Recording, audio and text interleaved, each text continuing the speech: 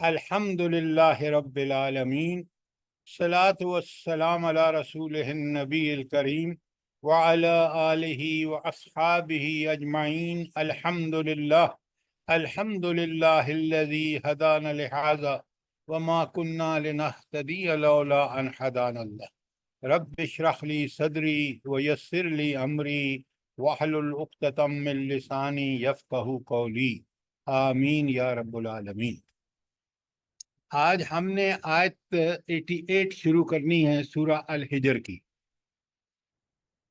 یہاں تک کوئی سوال ہو آپ کا؟ سر ایک وضاحت ہے سر، یہ جو آیت 87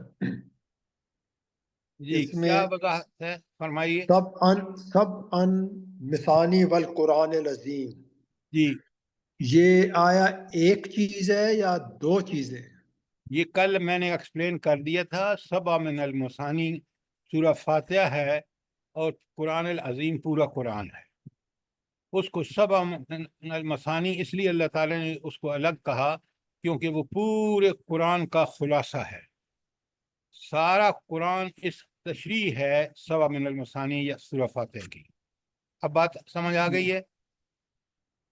یہ تو ہے، مگر جو میں بحث حدیث مجھے دیکھ رہا ہوں دیکھیں، اس وقت صحیح ایسی بخاری۔ بحث مت، پلیز ایسی بحث مت کریں جس میں آیت شروع کر رہا ہوں اور ہم بحثوں میں پڑ جائیں۔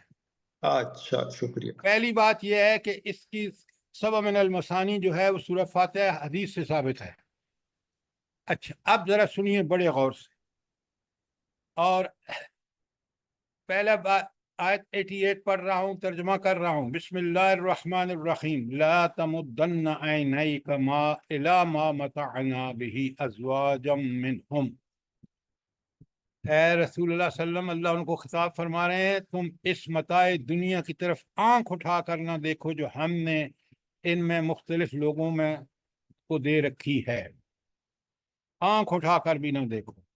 وَلَا تَحْزَنْ عَلَيْهِمْ، اور نہ ان کے حال پر اپنا دل کڑھاؤ۔ وَاخْفِضْ جَنَاحَكَ لِلْمُؤْمِنِينَ، اور اپنے محبت کے بازو جو ہیں وہ ان کو جھکا دو اہل ایمان کے لیے۔ کیا مطلب ہے اس کا؟ اللہ تعالیٰ نبی کریم صلی اللہ علیہ وآلہ وسلم کو حکم دے رہے ہیں کہ یہ جو دنیاوی نعمتوں پہ جو اکڑ رہے ہیں نا، اس کی کخ بھی پرواہ نہ کرو، اس پہ کبھی بھی ان کو وہ اب اس نظر سے نہ دیکھو کہ ہو یہ تو بڑی نعمتوں والے ہیں۔ اور نمبر 1، نمبر 2، وَلَا تَحْزَنْ عَلَيْهِمْ، اور نہ ان کے حال جو جس حال میں یہ ہے اللہ کی نافرمانی اور سرکشی میں، اس پر اپنے دل کو بھی غمگین نہ کرو۔ اور وَاخْفِضْ جَنَاحَكَ لِلْمُؤْمِنِينَ، ہاں وہ لوگ جو ایمان لے آئے ہیں ان کے لیے محبت اور شفقت کے بازو بچھا دو۔ اچھا اب سب سے پہلے لا تمدن عینیک الی ما متعنا، یہ اللہ تعالیٰ کیوں فرما رہے ہیں کہ آپ تو ان کی دنیاوی نعمتوں کو ذرا بھی لفٹ نہ کرائیں؟ نوید سلیمی صاحب، یہ کیوں اللہ فرما رہے ہیں؟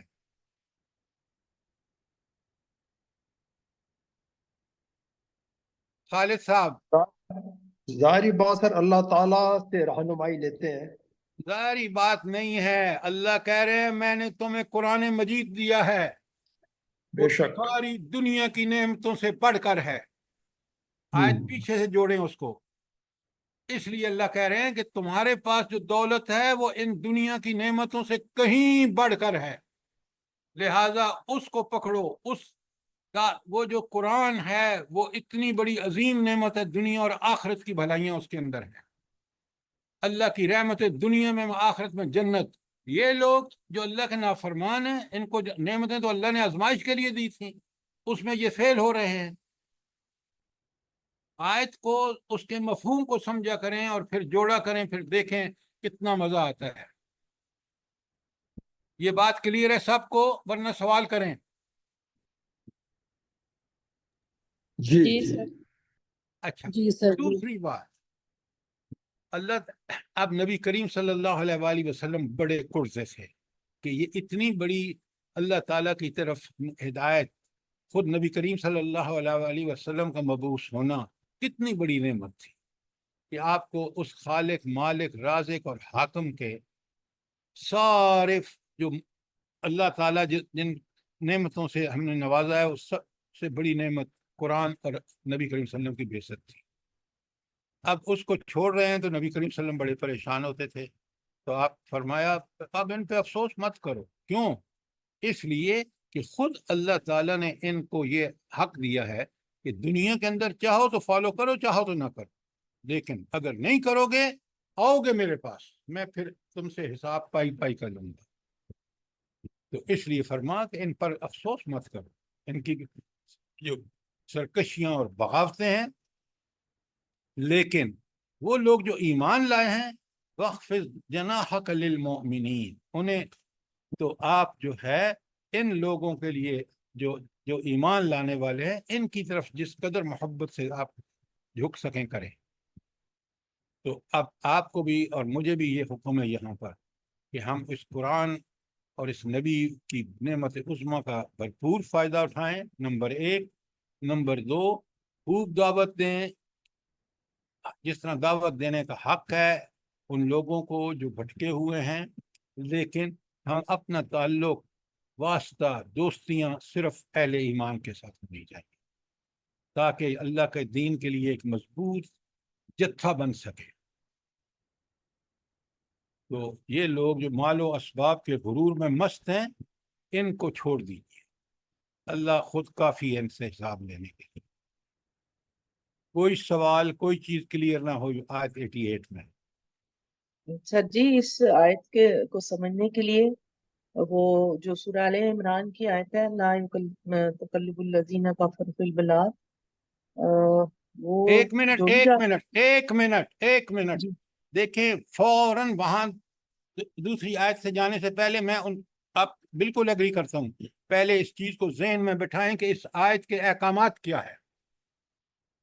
وہاں بات بالکل کہی گئی ہے جو اس سے ریلیٹڈ ہے، لیکن یہ بات بالکل کلیئر ہے اور اس کو پہلے سمجھنا اور پھر آپ بالکل آیات لے کے آئے، لیکن فوراً یہ بالکل کام نہ کرے کہ ایک آیت پڑھی پھر دوسری آیت پہ پھر تیسری آیت پہ، نہیں، ہر آیت کے اندر جو بات ہے اس کو پوری طرح ذہن نشین کریں۔ اب بات سمجھ آئی یا نہیں آئی؟ جی سر، جی سر۔ فہم قرآن یہ ہے۔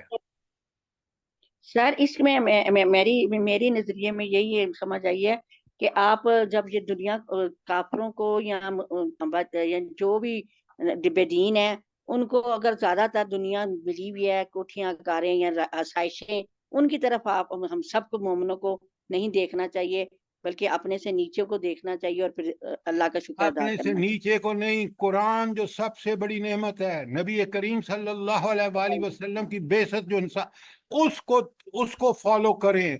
وہ آپ ایک بات کر رہے ہیں کہ اس کو مت دیکھیں کیونکہ یہ نہیں، وہاں پورا دین نظام ہے، دین کا، دین اسلام کا، اس لیے ان کو مت دیکھیں۔ وہ جو بات آپ کہہ رہے ہیں آپ محدود کر رہے ہیں، آپ کس کو یعنی کیئرفل رہیں کہ کیا میں قرآن و سنت کا پابند ہوں یا نہیں، کہاں کہاں میں کمزوری ہوئے میں اس کو دور کروں۔ بات سر سمجھ یہ آئیے؟ جی سر، یہ آگے یہ جو ہے نا متعانا بھی ازواجن کا ذرا وضاحت کر دیں کہ جوڑے ساتھ اس کے جوڑے بنا دیے۔ یہاں ازواج کا مطلب وہ جوڑے نہیں ہیں میاں بیوی والے، وہ جن لوگوں کو سارے لوگ اکٹھے جن کو اللہ تعالیٰ نے ساری نعمتیں دی ہیں دنیا کی۔ دنیا کی نعمت جی انسان کو کس لیے ملی ہیں بتائیے، جلدی اللہ کا بتائیں۔ شکر ادا اللہ کا شکر ادا کرنے کے لیے۔ لفظ شکر کی بات نہ کریں، بات کریں کہ کیا وہ ان نعمتوں کو اسی طرح استعمال کرتے ہیں جس طرح دینے والے نے جس مقصد کے لیے دی ہیں یا نہیں۔ بالکل بالکل بالکل۔ یہ بات کو ڈائلیوٹ مت کیا کریں کہ بات آپ کہیں اور وہ بات کا مقصد بڑا کم ہو جائے۔ یہاں وہ نعمتیں ساری، صلاحیتیں ساری جو بھی انسان کو اللہ نے دی ہیں وہ اس لیے دی ہیں کہ دنیا میں اس کا امتحان ہے کہ کیا وہ ان نعمتوں کو بالکل اسی طرح استعمال کرتا ہے جس طرح اللہ کا حکم ہے۔ مال ہے، اولاد ہے، جائیدادیں ہیں، کوٹھیاں ہیں، کاریں ہیں،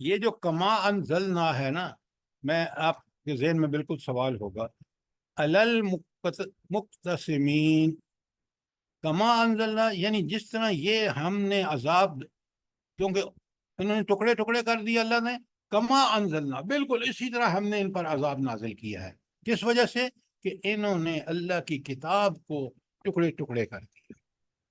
یعنی ہونا تو یہ چاہیے تھا کہ یہ کتاب جس کو اللہ تعالیٰ نے محفوظ حفاظت کی گارنٹی دے کر بھیجا تاکہ انسان دنیا کے اندر اس کے مطابق نظام قائم کرے گا، اس کو اطمینان سکون دنیا میں ہر طرح سے معاشرت معیشت اس کی سیٹ ہو جائے گی، اور اگر اس کو چھوڑے گا تو آپ دیکھ لیں یہ ساری چیزیں معاشرت ہو معیشت ہو امن و سکون کس قدر غارت ہو گیا اس ملک میں۔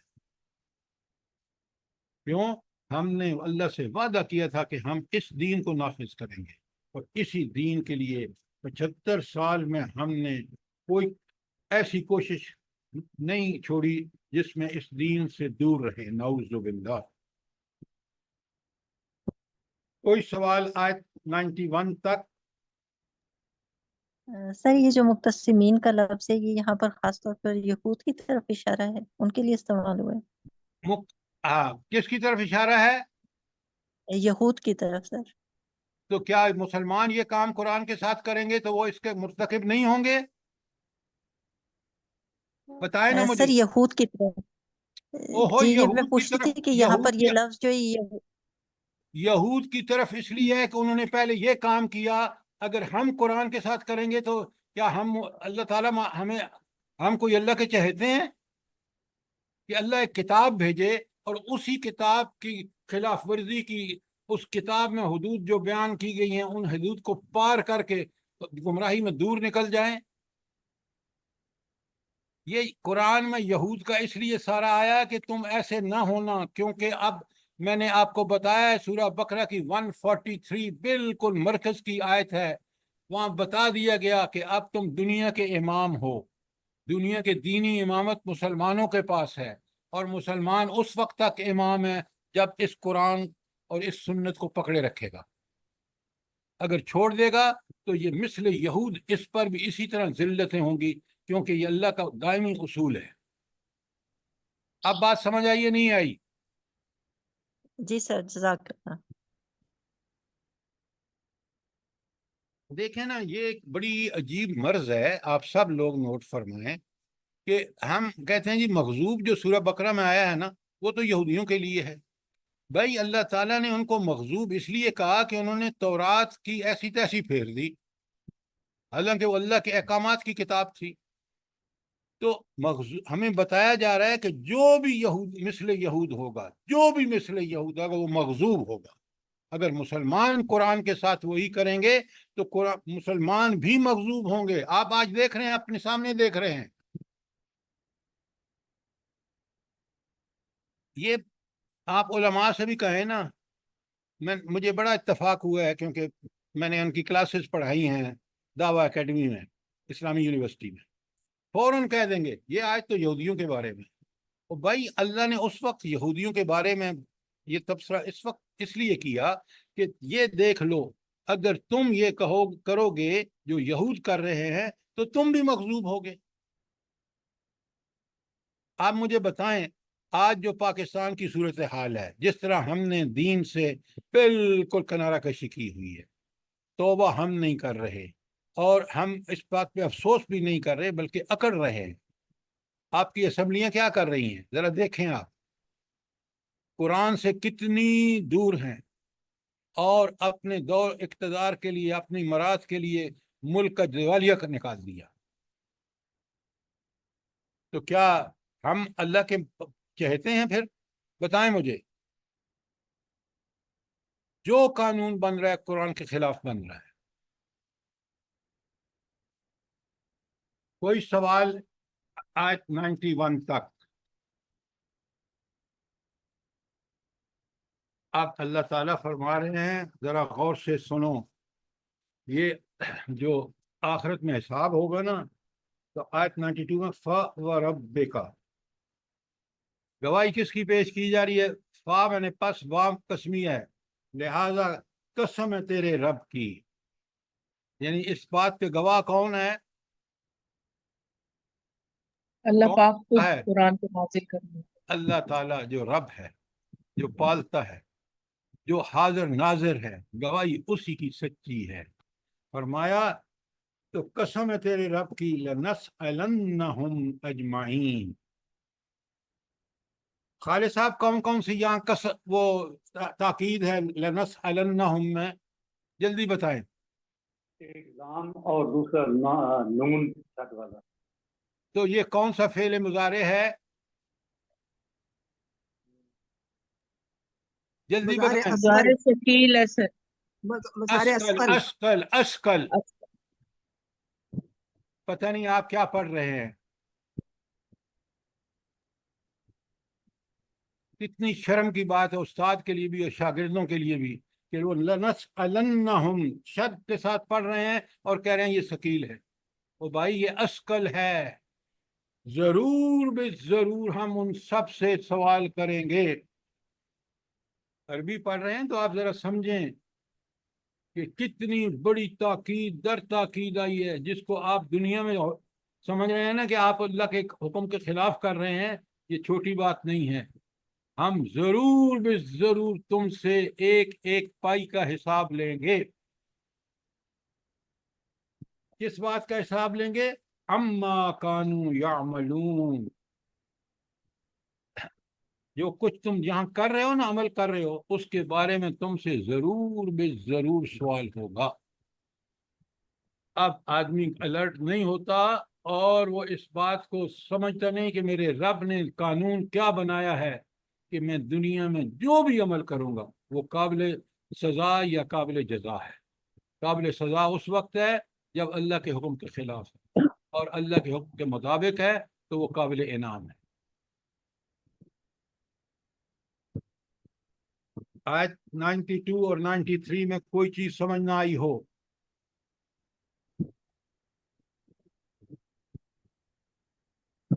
آپ چلیے آیت 94 میں.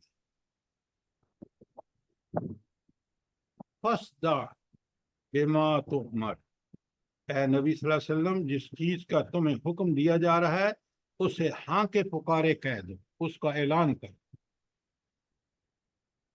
یہ حق جو تمہیں پہنچا ہے نا قرآن اور سنت کی شکل میں، یہ اللہ کی طرف سے ہر اس کی تعلیمات، واقعات، احکامات، اخلاق کے بارے میں، معاملات کے بارے میں جو احکام برحق ہے، لہذا لوگوں کو ہاں کے پکارے علل اعلان بتاؤ کہ یہ ہے اس قرآن کے مضامین، تاکہ وہ دعوت کا حق ادا ہو جائے. وَأَعْرِضْ عَنِ الْمُجْرِمِينَ، اور شرک کرنے والوں کی ذرا بھی پرواہ نہ کرو. اچھا اللہ اپنے نبی سے کیوں کہہ رہا ہے کہ سر جی ایک منٹ، یہ مشرکین ہے، مجرمین نہیں ہے. میں نے مشرکین کا لفظ ہی پڑھا ہے. نہیں، آپ نے منکرین پڑھا. اچھا اب سنیں بڑے غور سے، اللہ تعالیٰ کیوں یہاں اس مقام پہ اوپر کھول کے بیان کیا. اب ساری آیتیں اوپر والی طرف نظر میں رکھیں کہ اللہ کے نبی نذیر ہیں. نذیر کس کے لیے؟ کس کو تنبیہات، کس کی اور ڈرا رہے ہیں؟ وہ جو اس کے مخالف کریں گے. اب اللہ فرما رہے ہیں کہ اے نبی صلی اللہ علیہ وآلہ وسلم فَاصْدَعْ بِمَا تُؤْمَرُ، جس چیز کا تمہیں حکم دیا جا رہا ہے اس کو لوگوں کو کھول کھول کے بتا دو. اور وَأَعْرِضْ عَنِ الْمُشْرِكِينَ، ان مشرکین کی پرواہ مت کیجئے، اس لیے کہ یہ تو ہمارے ذمے ہے حساب لینا. ہمارے پاس پہنچیں گے تو ہم ان کا ایک ایک معمولی عمل کا بھی حساب لیں گے ان سے. لہٰذا آپ کا جو کام ہے، آپ کا منصب یہ ہے کہ آپ اس حکم کو لوگوں کو پوری طرح کھول کے سمجھا دیں.